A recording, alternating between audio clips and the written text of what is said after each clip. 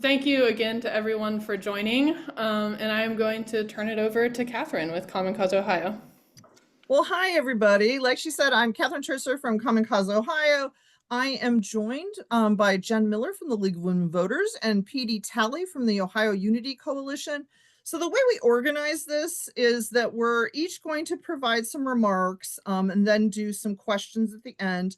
I am also the host, so anybody who, I've been approving your ability to record, but if you have any issues, just pop it in the chat and I will make sure to approve you if I've somehow missed it.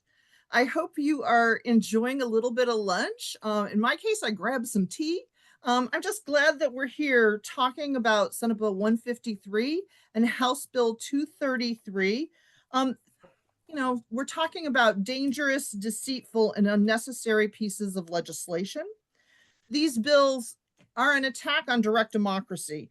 And so, like August 2023, that special election, it's an attack on direct democracy, but instead of a direct attack, for example, on majority rule, it is a sneaky attack with 1,000 cuts, but it's just as harmful.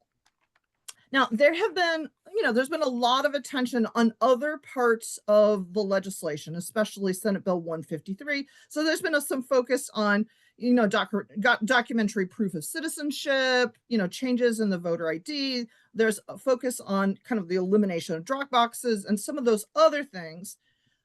This briefing focuses on another very harmful aspect of the proposed legislation. So, there's a hidden agenda buried in the bills, an attempt to destroy our right to direct democracy.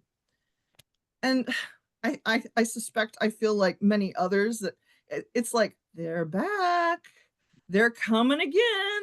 Now the voters push back on attacks on majority rule. We all remember one person, one vote. But instead of listening to voters, instead of saying, hey, people want to have that right to do direct democracy, they appreciate that check on the legislature. They appreciate the ability to put proposals right before voters. Instead of listening, they are attempting a different approach to making our lives more challenging and diluting the power of the people. And that's really what this is about. It's about how they are making things more challenging in order to dilute our power. Now, this time, they're going after the folks that I think of as heroes in our community. So I often think of the volunteers that were out there, when it was incredibly cold, in the snow and on the corners trying to figure out how to get people to sign in the rain. Or, for example, in the sweltering heat, this weekend, I ran into somebody who was collecting signatures, at the arts festival, and just all the folks that are out there as volunteers, come rain or shine, we're, collect signatures. But this extreme legislation is an attempt to bully, intimidate, and hassle these frontline heroes. And so what I'm going to do is I'm going to share some slides to basically walk us through things, because this is one of the bills where the devil is really in the details. So I wanted to highlight, first of all, signature collection would become much harder. And anybody who follows petition gathering knows that no matter what, it's just this incredible paperwork challenge of making sure that the folks that signed are registered where they said they were, that everything is, is correct, that the number of signatures match the number in the book. There's a lot of things that can go wrong in the signature collection. And so I'll take the citizen initiative, for example. When you're thinking about 413,000 valid signatures of voters, these two bills would make this significantly harder. And I wanted to highlight that the statement that is required by the circulator. Now, they consider something false in any respect or altered by erasure or interlineation. Now, a lot of times you're like, well, what is interlineation? what does that actually mean? So I'm going to take what is a typical book from right now. Essentially, what you have to do is you have, if you're the circulator, you're collecting signatures, what you have to do is you have to provide your name, the number of signatures. If you have an employer, so for me, it would be Common Cause, you would have to fill that out. You would then have to sign. You would then have to provide your address. And if you made any mistakes at all, and I have to say, as somebody who's collected a bunch of signatures, it is easy to, I don't know, write a 3 when you meant a 2, or go too fast and somehow make an error. And when that happens today, what you do is you do a line through it. That's what interlineation is. You do a line through it, you put your initials on it, and it is accepted as a change that was legally made. So House Bill 233 and Senate Bill 153 would make it so that any error here, anytime you tried to fix anything that you made a mistake on, it would mean that the entire booklet would be invalid. And just, I can't imagine the number of signatures that would just get tossed out. And then when we start to think about, okay, well, wait a second, what are some things that make it complicated when it comes to collection for circulator? Essentially, these two bills would create more paperwork. There are badges. There's the whole, all right, getting the badge, all of the things that are involved in that. But also when it comes to thinking about,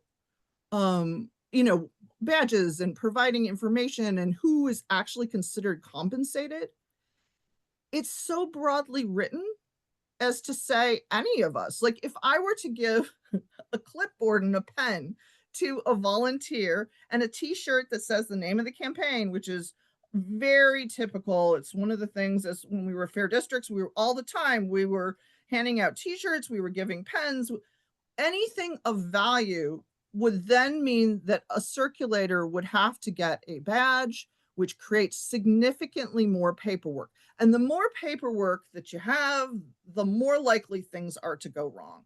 So, and called it, 1,000 cuts. We could also call it 1,000 paper cuts. And then I wanted to highlight this part, which I do think is really sad. Essentially, Senate Bill 153 would require voters to be registered before they sign the petition. Now, of course, if somebody wasn't registered, and one of the things that we often do is check registration before people sign so that we can get somebody registered as we're doing a ballot measure. Well, one, you would lose the ability to get that signature, which of course reduces the number of signatures that you have. But it would also not only just reduce the number of signatures that you would have, it also stops that opportunity for a voter-to-voter conversation about, well, this is why you should get registered. These are the things that are coming up on the upcoming ballot. It eliminates that conversation about, hey, this is really important. It eliminates that ability to have kind of an exchange about, oh, we're going to get this in. This is how this works. Make sure you have your ID. All of the things that our volunteers spent time on when they were registering voters at the same time they were doing signature collection. So it would eliminate that. And then finally, I wanted to highlight, the circulator statement. And basically what this means is the person who is, collecting signatures, they have to attest. So, the form that I showed you earlier is an old one. The new one would include an attestation that the person was willing to submit to the jurisdiction of the courts, the Secretary of State, Board of Elections, that they would provide testimony, that they would provide evidence. And I just consider, not a lawyer, but consider how intimidating it would be. And no one really wants to sign away their rights. That saying that you will provide evidence when we know that we do have a right to keep our mouths closed is really problematic. And, now I've kind of gone through all of the devil in the details. We can share slides as well, but one of the things that's clear to me is there are all these little ways that they're nibbling at our rights, our right to direct democracy. And now we're going to do questions at the very end. I did want to throw this next to Petee Talley from the Ohio Unity Coalition. Petee, are you ready to go? I am. Thank you so much for that, Catherine, and good afternoon, everybody. I'm Petee Talley with the Ohio Unity Coalition. I serve as the Executive Director. The Ohio Unity Coalition is a state affiliate of the National Coalition on Black Civic Participation. And what we are a coalition of labor, faith, civil rights, civic organizations, community organizations, all working together to raise awareness, participation, conduct voter registration and turnout in Black and underserved communities. And we've been active across this state now for a few years. I'm here today representing one of the more than 130 organizations who've already signed on against these bills. And we're just getting started. You see, these 130 plus organizations, along with ours, represents hundreds of thousands of Ohio voters. Now, let's just get real for a moment. I was thinking about this, and I thought that the role of the Secretary of State is to get more Ohioans to register and turn out to vote. So what I don't get is why Ohio Secretary of State Frank LaRose isn't making that his business also, right? Seems like he's always coming up with something that makes it harder, he and others. And shouldn't our lawmakers in the state of Ohio, who took an oath to the Constitution, shouldn't they have the goal of also keeping in mind that we want to increase the civic participation of voters and Ohioans along in their constituents? As Catherine described, these two bills and the fear campaign that these extreme lawmakers are waging are going to end up preventing thousands of eligible Ohio voters from casting a regular ballot in elections that they're entitled to vote in. They know that voting is the one way that we can hold elected officials accountable. But when they introduce such egregious language that is in these pieces of legislation, it's clear. It seems clear that they don't want to be held to account for their actions, but because they know that what they're doing is purposefully defying the will of the people. As Catherine said, Senate Bill 153 and House Bill 233, totally unnecessary. These bills are not about protecting the voters or ensuring fair elections. They're about silencing dissent and consolidating power. And when power becomes concentrated in the hands of the few, we know that our democracy is at risk. You see, they don't like it.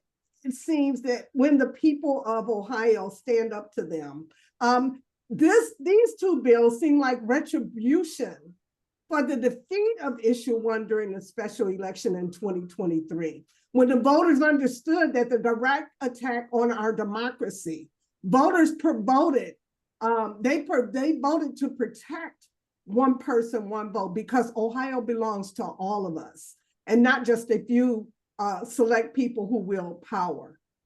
These two bills not only attack our ability to bring issues to the ballot, they're also having the effect of making it more challenging, the voter registration process more challenging by suppressing people who could, in fact, register and sign a petition in the way that we have been used to doing citizens initiatives. And what about these badges, right? This is nonsense, a badge. Forcing activists and neighbors and good people who work hard in the community, the volunteers who stand on street corners to in their spare time to have to wear a badge. The badges and the rules are nothing but fear tactics, nothing more than something to distract us from the real issue, which is the erosion of democratic principles by those who are entrusted to uphold it. You heard that Catherine, what she said about compensation, anything of value. So again, if I wanted to give a can of cold pop and a slice of pizza to someone and maybe even a t-shirt, as she alluded to, suddenly they're going to have to add wearing a badge to all of that stuff, right? It's nothing but intimidation. It's nothing but bullying. It's voter harassment. And this is an attack on our voice and our rights. And we're not going to stand for it. Will we, Jan? No, we will not, Miss Petee. So, hey, everybody, thanks for joining us. I know you're all busy. Your work is so critical to democracy. You are the eyes of the people during this very busy time at the Ohio State House. I'm Jen Miller, the Executive Director of the League of Women Voters of Ohio, and I wanted to say up front that we oppose the elimination of the drop boxes, the ways that this legislation would disenfranchise eligible voters. But again, today we're here to talk about some of the other parts of this massive bill. What lies underneath are dangerous, deceitful, and unnecessary policy provisions. The consequences of this legislation would be devastating. This isn't only about statewide initiative petitions and referendums. They're taking power away from local governments and voters at the most basic level by erecting new barriers to placing local issues and local candidates on the ballot. We're talking liquor permits, local zoning, and county charter changes. Circulating petitions is at the heart of our democracy in Ohio, and these bills are attacking our most basic fundamental rights to determine how we are governed and how our communities work for us. We reject every idea in this harmful legislation. And again, as Catherine and Petee have mentioned, there's a mountain of paperwork and a burden that would be placed on volunteer circulators to dot every I and cross every T. And we've already mentioned that the definition of compensated circulator is so broad and reaching that everyone collecting signatures could be required to wear those petition badges. And just a little more on this, the League is a big proponent on transparency. However, requiring badges for compensation will actually just result in more confused voters and potentially harassed campaign volunteers. Volunteers would have to wear these badges, again, if they just get a slice of pizza or a button. But voters could think that these circulators are actually getting a paycheck when in fact they are simply a concerned volunteer. We should expect opposition trackers attempting to catch circulators without their badges. And with the increase in uncivil and polarized rhetoric in political venues, this could result in intimidation or even violence against circulators or voters signing those petitions. This legislation would fuel Ohio's dark money problem further because the new petition process would favor candidates and issue campaigns that have deep pockets that would help overcome these new barriers. Campaigns without financial backing of major political parties and or corporate donors would be especially hurt. This legislation will harm independent and underdog candidates and issues, as well as groups of concerned citizens just seeking to make change through the issue petition process, a right that has been enshrined in our Constitution since 1912. And then finally, just really quickly, let us be very clear that this is big government, that this is the true definition of an unfunded mandate. Boards of elections would have to become badge police, in which they would have to investigate reports of compensated circulators not wearing badges. They would have to work with other local government entities, such as county prosecutors and local courts, to issue subpoenas and prosecute violations. These are roles that many boards of elections do not have qualified staff to fulfill, let alone the staff time. And finally, they would have to be the face of these regulations, telling candidates and issue campaigns that record numbers of signatures of otherwise eligible Ohio voters would be thrown out. And as we talk about boards of elections, this is so poorly timed. Elections officials still aren't able to implement all aspects of the Data Act because of technical challenges and or financial constraints. We're still in the midst of rulemaking for parts of House Bill 74 that just passed last year. And the state has not grappled with how the most recent presidential executive order for federal elections would even be implemented in Ohio and what changes are necessary. Bottom line, This is an attack on direct democracy. This is an attack on local control. It's an attempt to bully, intimidate, harass, and possibly prosecute people just because they want to take part in democracy. And to that, we say no. And we call on every Ohioan to let their state lawmakers know that they should reject this legislation. And with that, we'll take questions. Hey, Jen, this is Jim Province with The Blade. Yeah. Could you tell us whether or not this would be retroactive? These petitions that are in the fields now, such as the property tax petition that's pending, and there's minimum wage, et cetera. Would this be retroactive to the signatures that they gathered before the filing date? Catherine, do you want to take this one? So I suspect that they will not be retroactive because they're like, just practically, it's, how could they do it? Also, generally speaking, things are, they don't backdate things when they pass things. I think the submission, but the change in submission rules for those campaigns that are in the middle could be more complicated once it goes into effect. And then it's not just complicated for the people collecting, it'll be complicated for the boards of elections trying to figure out, okay, is this, I checked their voter registration. Is this a yes or a no question? Or is this one where I have to go to look at the date and then determine if the date they signed, is previous? So I could imagine that it wouldn't be retroactive for the activities, but it could be on the submission, and the work that would make the work to get that right would be very hard for a campaign, but it would be really challenging for the boards. Yeah, let's be clear. We don't even know if boards of elections have the technical capacity right now to verify that a voter registration was valid on the date that the voter signed. This legislation makes more questions than for problems that don't exist than it creates answers. Catherine, this is Nick with the Ohio Capital Journal. I want to ask you about the point you made about an error and interlineation invalidating a booklet. Is that specifically for an error made by the circulator, or could that even be like one of the people filling out the petition? Because I can imagine, you have like 10 people fill it out just fine. The 11th person comes up and they screw up their address. Like, does that invalidate the previous 10 signatures you just got, or is it a different thing? So this is the interlineation part is for the statement that's by the circulator.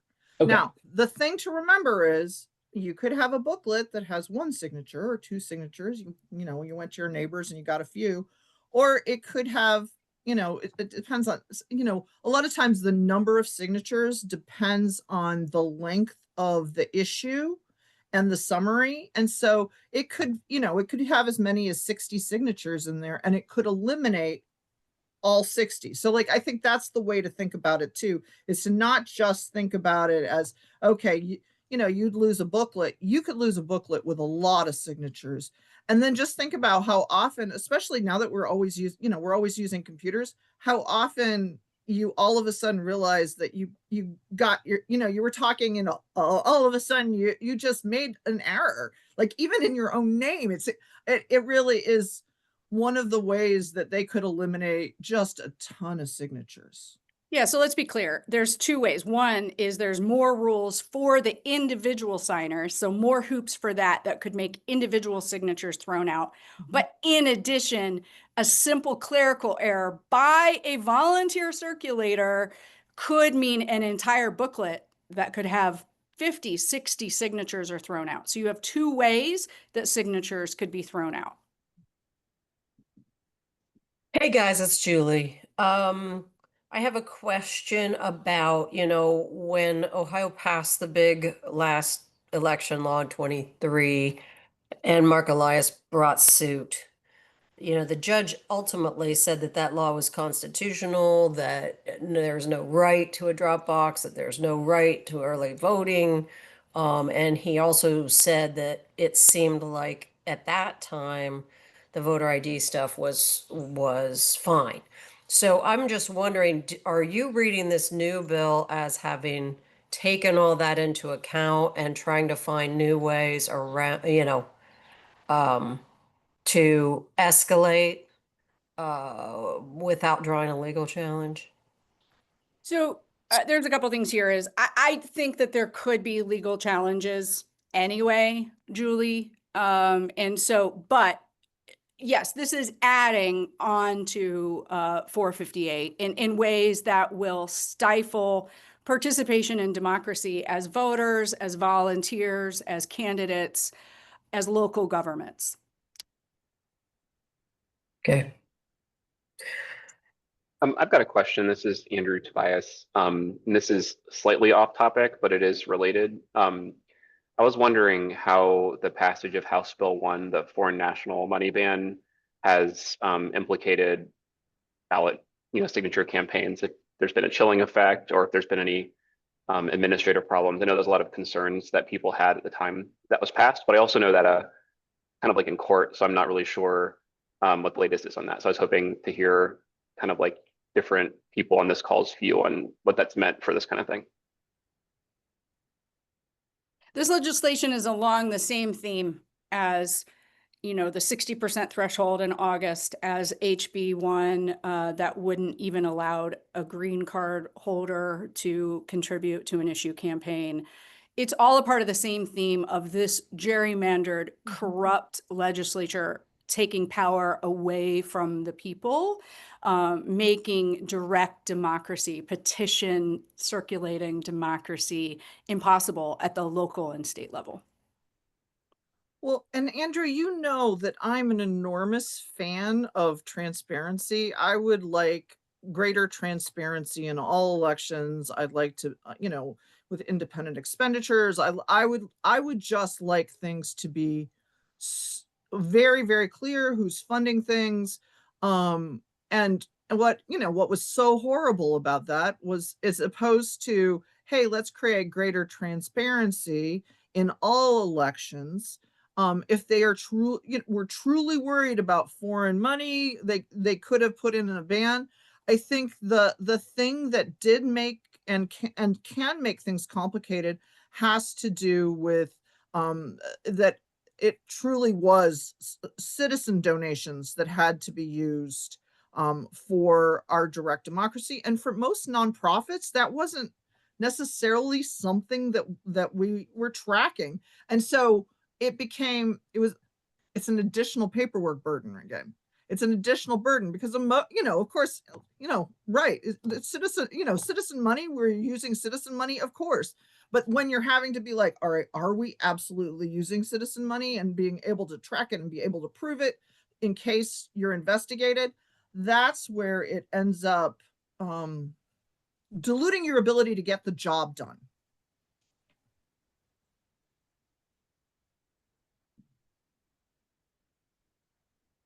I guess I'll throw in just one extra question, which is, what do you think of the fact that the governor has said he's not going to sign any more bills that would make it harder to vote? Are you hearing that he's holding to that?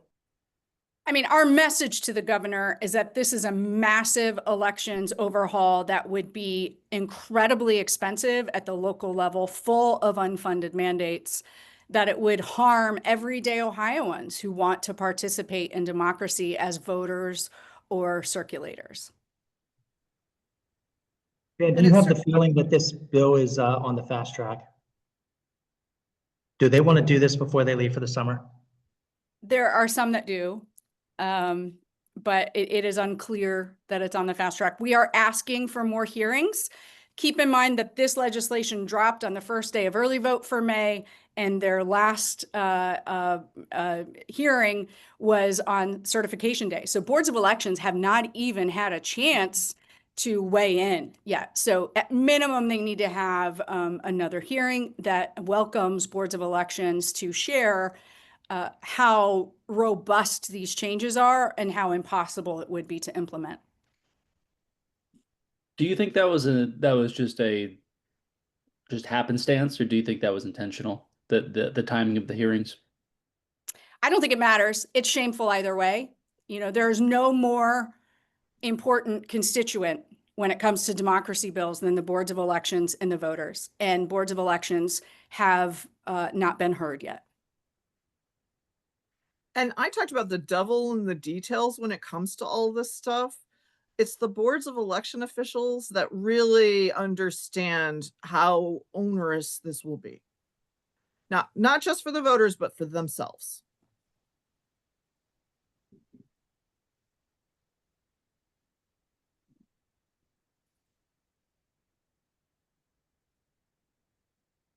Well, thank you, everyone.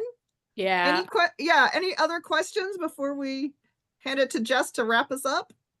What's the best way to get copies of the documents that you were showing us? So what I'll do is I will share with Jess. I think she already has it, and Jess can send it out right after this once we have the recording as well, because I assume some of you will want the recording. So it takes a little while for it to process, but that will go out right after that. Thanks, Yeah, you we'll guys. make sure to get that all around, Jim. Go ahead, Julie, sorry. Oh, no, sorry. I was just going to say thanks, but you are wrapping up. Well, yeah, thanks everyone so much for joining. And we will send around the recording and documents shortly. Thank you. Thank you. Thanks very much. Bye. Thanks. Thank Bye. you all. Dennis and Jess and Petee, want to stay on? Sure. I'm ending the recording. Bye.